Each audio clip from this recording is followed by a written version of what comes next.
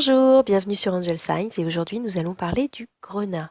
Et pas n'importe lequel des grenats car il en existe beaucoup, mais de deux sortes en particulier puisqu'ils se ressemblent et sont très proches au niveau des propriétés. C'est le grenat allemandin et le grenat pyrope.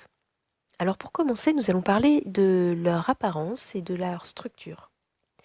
Donc ils ont un système cristallin qui est cubique. Et comme son nom l'indique, le cristal, dans sa structure, est en forme de cube. La classe minéralogique, c'est un nésosilicate. Et je parlerai de tout cela dans une autre vidéo. La dureté du grenat varie en fonction de sa variété. Donc ça peut varier entre 6,5 et 7,5, ce qui est assez dur, il faut bien le dire. Et proche de la chiastolite, et la chiastolite est très cassante parce qu'elle est très dure.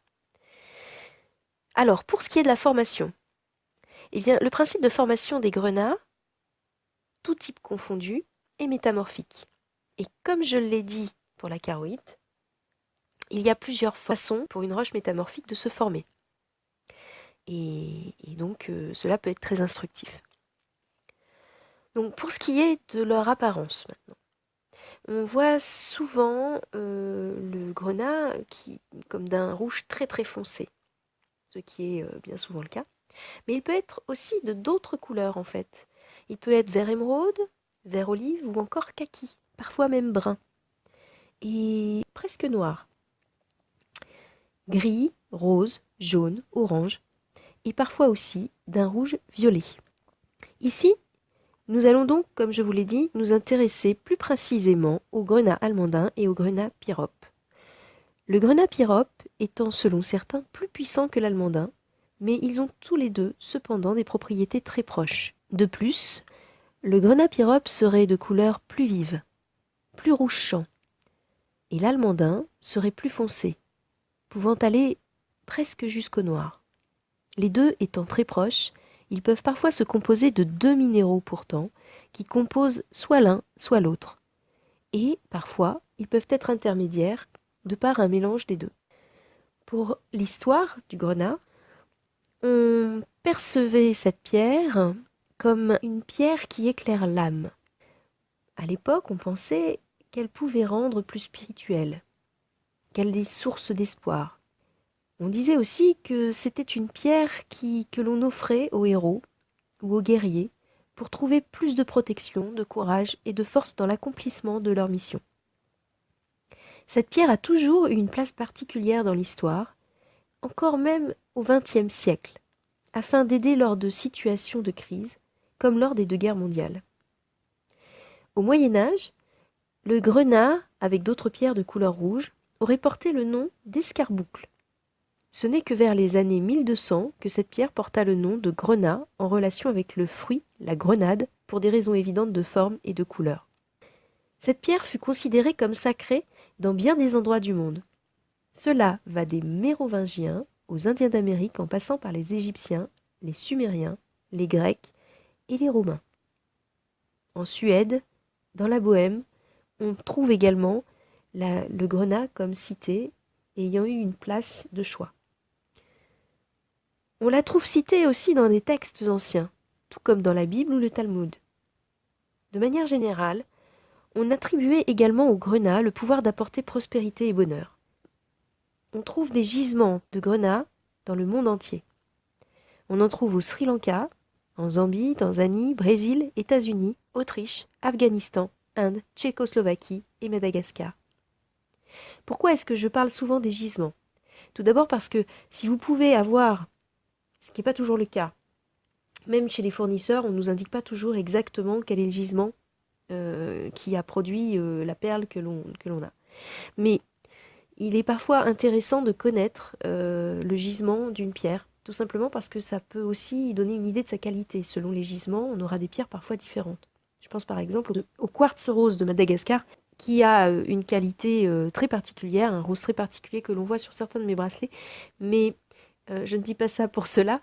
C'est juste qu'on peut voir des pierres, par exemple pour le quartz, c'était rose pâle, rose plus foncé, plus... On reconnaît des textures différentes. Voilà. Donc, vous avez des pierres qui ont une certaine qualité selon le gisement d'où elles proviennent. Donc c'est pour ça que je vous donne toujours les gisements, si ça vous intéresse, pour trouver des pierres, parfois, mais comme je vous dis, c'est pas toujours indiqué. Alors nous allons passer aux propriétés à présent.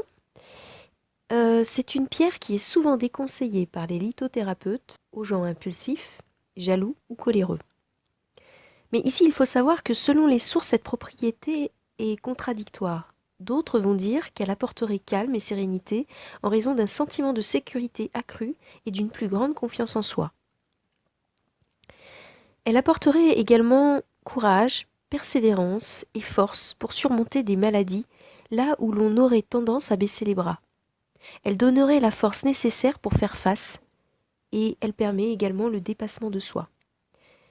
Donc cette propriété, on peut remarquer lorsqu'on connaît maintenant un petit peu son histoire, mais alors, très peu son histoire, hein, mais ce qui nous en reste, qu'elle était déjà utilisée du coup pour tout ce qui était, qu'elle était déjà utilisée pour apporter courage, persévérance et force aux héros.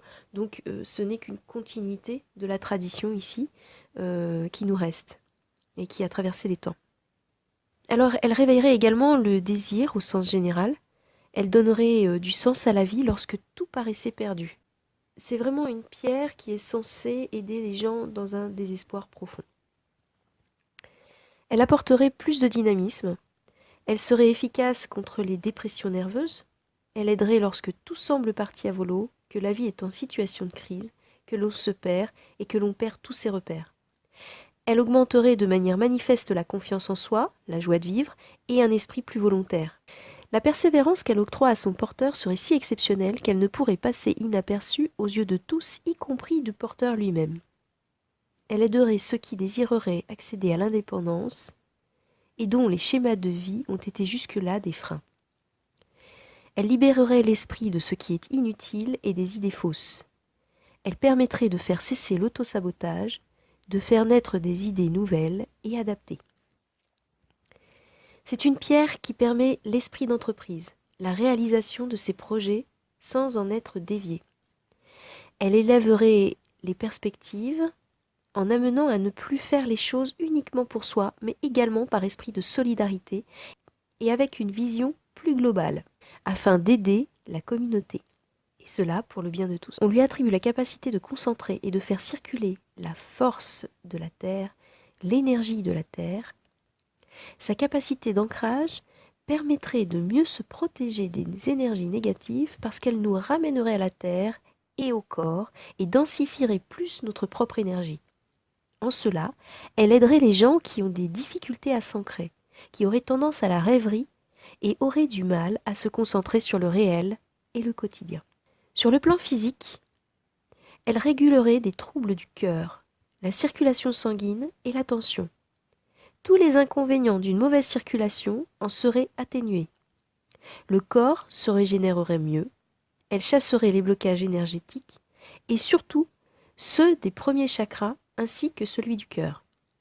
Elle apporterait une meilleure cicatrisation en général et permettrait aux intestins un fonctionnement équilibré avec une meilleure absorption des aliments.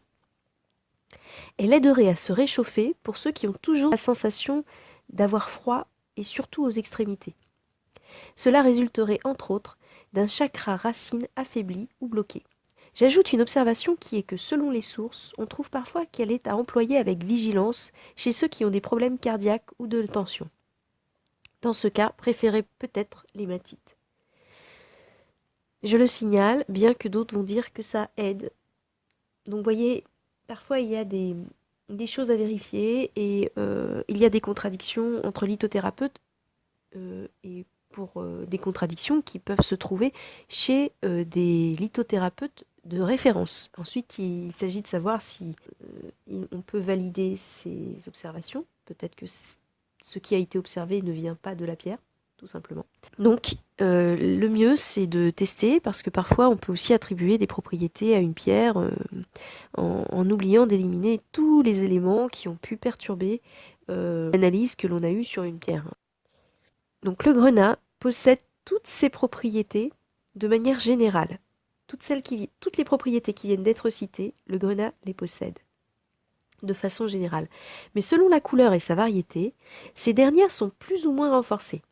Ainsi, pour l'almandin et le pyrope, que nous traitons ici plus particulièrement, voici ce qui est à noter. L'almandin apporterait plus de dynamisme et de force pour accomplir des tâches quotidiennes. Le fer serait mieux absorbé, mieux assimilé. La cicatrisation serait accélérée. Pour le pyrope, la circulation sanguine serait améliorée. Mais il faut noter que l'almandin aussi améliore la circulation. Seulement le pyrope serait plus puissant. Et le courage serait également augmenté pour le pyrope. J'espère que cette vidéo vous a plu et que vous avez appris des choses nouvelles sur le grenat, que ça vous a intéressé, peut-être même donné envie de découvrir cette magnifique pierre qu'est le grenat. Si tel est le cas, eh bien, n'hésitez pas à liker, vous abonner, partager et j'espère à très bientôt.